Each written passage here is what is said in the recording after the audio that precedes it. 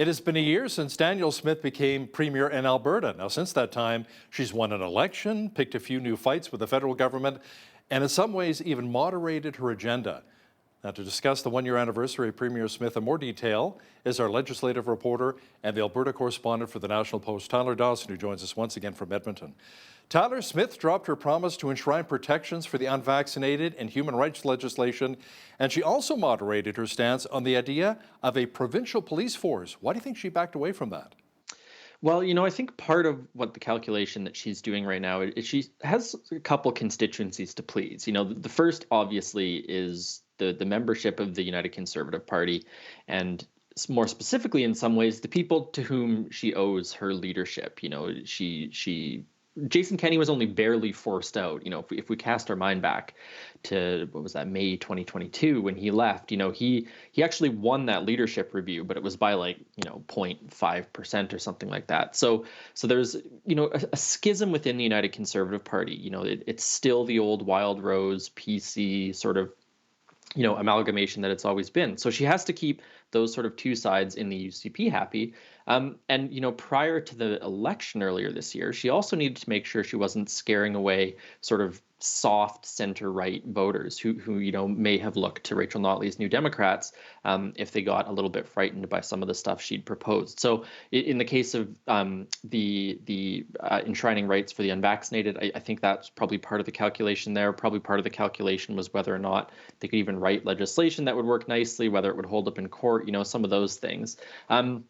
And the provincial police is a similar situation. This was not an idea that was particularly popular, and notably, it was really unpopular in some of the places where I think the UCP thought it would be popular, and that was sort of small town in rural Alberta, where they've been dealing with rural crime and theft and property damage and things like that for the last few years. And the idea of a provincial police force was to have a more local, a more engaged police force that was more responsive to the concerns of the folks who lived there. And it wasn't a very popular idea for them. So that idea is still sort of on the table. It didn't show up in the mandate letters for her public safety minister or the justice minister. So it's pretty safe to say, I think, that it's on the back burner. And one other thing that I would mention in the context of this is on Wednesday, the government brought back mask mandates in Alberta Health Services facilities, in hospitals, for staff, for visitors, for patients, things like that.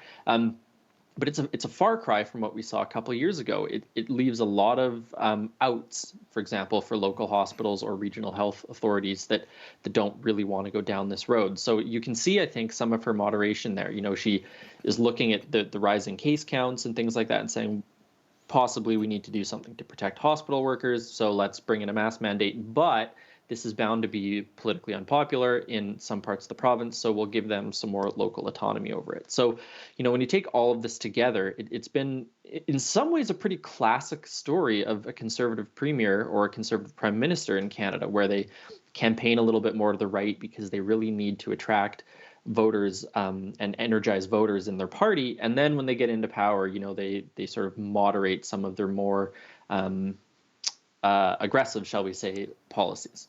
Now, Tyler, Premier Smith does appear to be on board with trying to launch an Alberta pension plan. Is a referendum on the subject forthcoming anytime soon?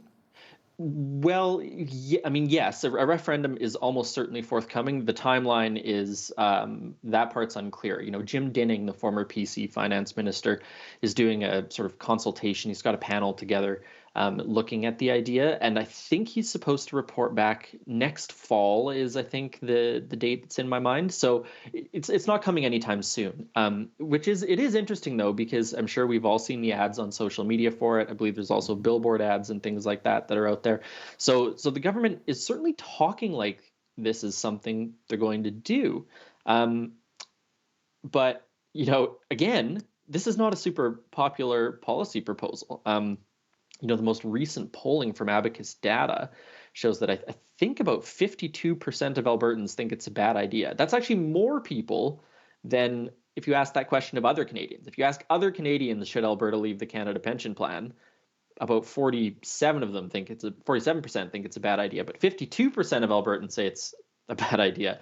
And moreover, it's really unpopular with people over the age of 60 who are probably drawing on their CPP or getting close to it.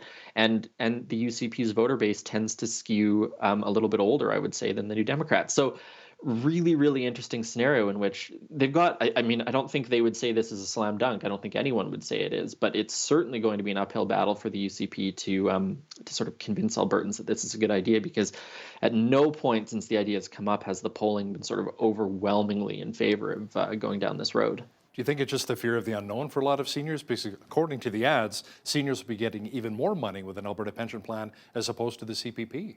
Yeah, I think it's a fear of the unknown. I think it's a fear of what sort of happens to that money. There are some open questions. When the government came out with its big report the other week that said Alberta was going to walk away with $334 billion from the CPP, which was like, I can't remember the exact number, but more than half at any rate of the overall CPP assets. And that number sounds great, and the affiliated changes that would come with that, lower payroll taxes, for example, increased benefits, those things all sound good, but it's by no means a certainty that that is the dollar figure Alberta would walk away with. And I think the other thing that people are really concerned about is what's going to happen if Alberta has its own pension fund. What will it be used for? Is it going to be sort of an investment fund to sort of invest in Alberta energy, for example, or other Alberta industry? And what are the returns on that going to be? So I think there's quite a bit of fear. If I talk to the older people in my life, part of their fear is that, the Alberta pension plan would become sort of an investment fund, and some bad decisions might be made and it would lose money, and so on and so forth. So I think you're right. There are a lot of questions and concerns that people have. Because we don't know exactly how it would work yet. We don't know exactly we don't even know who would manage it. Would it be AIMCO, which manages pension funds in Alberta? Would it be the CPP would still manage it, but it would be local? There's a lot of unknowns at this point, for sure. Now, Tyler, the province is spending around $8 million on its Tell the Feds campaign. This is fighting back against the Liberals' clean energy regulations? Yeah, so there's a draft regulation that came out in August, I think it was. And basically the regulations are trying to lay out a plan to force electricity grids across Canada to reach net zero by 2035. And there's only a few provinces where that's going to be a huge issue, and Alberta's one of them. Quebec, for example, it's mostly hydroelectric. This is not, a colossal challenge for them. But Alberta, which sort of is just finishing off transitioning from coal power to natural gas, something like 85% of our electricity comes from fossil fuels. This would necessitate a pretty radical overhaul of the electricity system. And so this campaign is targeted not just at Albertans, but also at people in Ontario, Nova Scotia, and New Brunswick. And those are sort of the four areas where, it would be particularly troublesome. And so we've got social media ads, we've got newspaper, print, radio, television, bus wraps, billboards, all, it's a big ad campaign, actually. And so, there's a warning about blackouts in the winter and things like that. So the spending breakdown is not, hasn't been totally revealed yet, but this is, another, it's really interesting because it's a national campaign paid for by Albertans. It's quite an interesting scenario, I actually think. And I mean, who knows how much it's going to change public opinion, but maybe the bang for the buck will be there. Yeah, could be. Tyler, it appears as though progress is being made on affordable childcare. Now, according to government officials, the cost of daycare on average is around, $15 here in Alberta?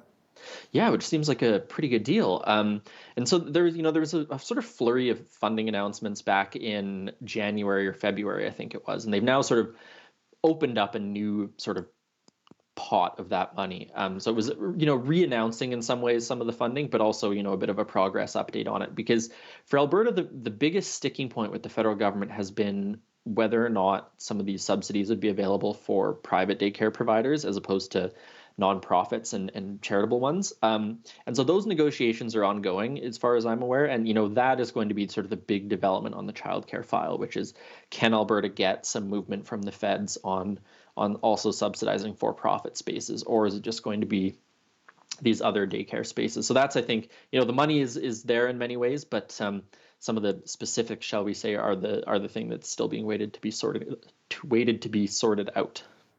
Tyler, the Auditor General is getting involved in the Dynalife debacle. That's when the province pulled the contract for lab testing from Dynalife and put it back under the control of Alberta Health Services. And the biggest reason was that wait times were becoming unreasonable. Yeah, so Dynalife long operated lab services in the Edmonton area, and last year it expanded to sort of Calgary and central and southern Alberta, and the indications basically seem to be that they couldn't keep up with it. Yeah, as you said, there were long wait times. The government said they were unacceptable, and so sort of staff and equipment and all that got taken over by AHS because AHS runs its own labs. I think it's Precision Lab Services, and so that was, and it didn't last very long. Like Dynalife was in charge of it for less than a year for sure. And so the NDP has been calling on the Auditor General to investigate what was going on here. This was supposed to save between 18 and $36 million a year, was supposed to lead to more efficient services. Certainly doesn't seem like that has happened. So the AG is going to be looking into it. Pretty hard to imagine it's going to, widely vindicate the government's policy here, but we'll have to wait and see what the specifics of that are until that investigation's done.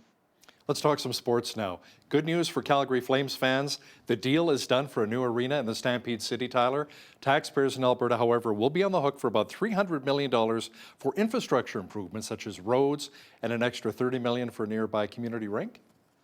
That's right. And, bad news for the Edmonton Oilers because they got absolutely stomped on Wednesday night by the Vancouver Canucks. But such is life if you're an Oilers fan. But yeah, it's interesting because this arena is getting, as you say, quite a bit of provincial funding. The Edmonton Arena, I don't think got any or not very much provincial funding in comparison anyways. So this was sort of a pre-election promise from Danielle Smith. And, people know that there have been deals on a Calgary arena in the past that have just sort of they've gone foot. They just haven't worked out.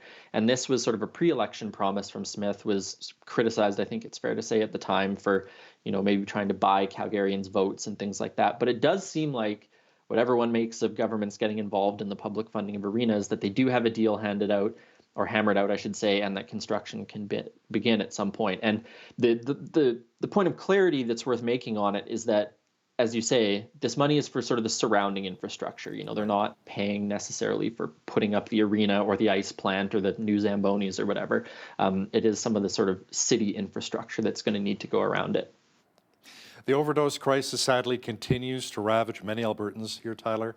Now, new data was released recently, and there were 161 deaths in July. Now, that's actually down from 186 in April, but still pretty high compared to figures from a year ago.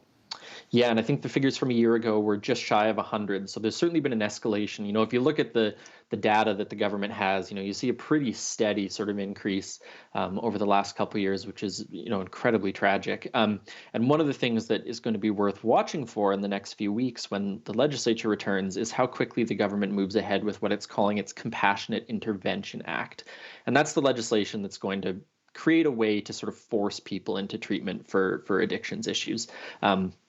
It's an incredibly controversial policy proposal from people within addictions medicine and things like that. So the debate on that's going to be very interesting. The what I would presume would be a court battle at some point on that's going to be very interesting. But, that's, I think it's fair to say, one of the big sort of Hail Mary passes the government's going to try and throw on this policy file. And we're almost certain to see that when the legislature resumes. I couldn't tell you exactly when, but it's going to be one of their landmark pieces of legislation in the months ahead for sure.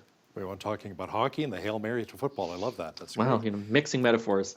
That's it. Tyler, a recent report from the University of Calgary School of Public Policy is saying that there really needs to be an inquiry into the actions of the Alberta Energy Regulator. Our province still has a huge orphan well problem.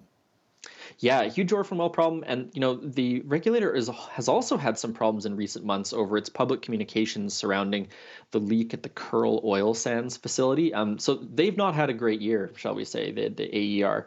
And this report is basically, what it argues is that the Alberta Energy Regulator is sort of too close to industry and is working too hard to sort of support industry and not hard enough to protect, I guess, the other interests that Albertans have.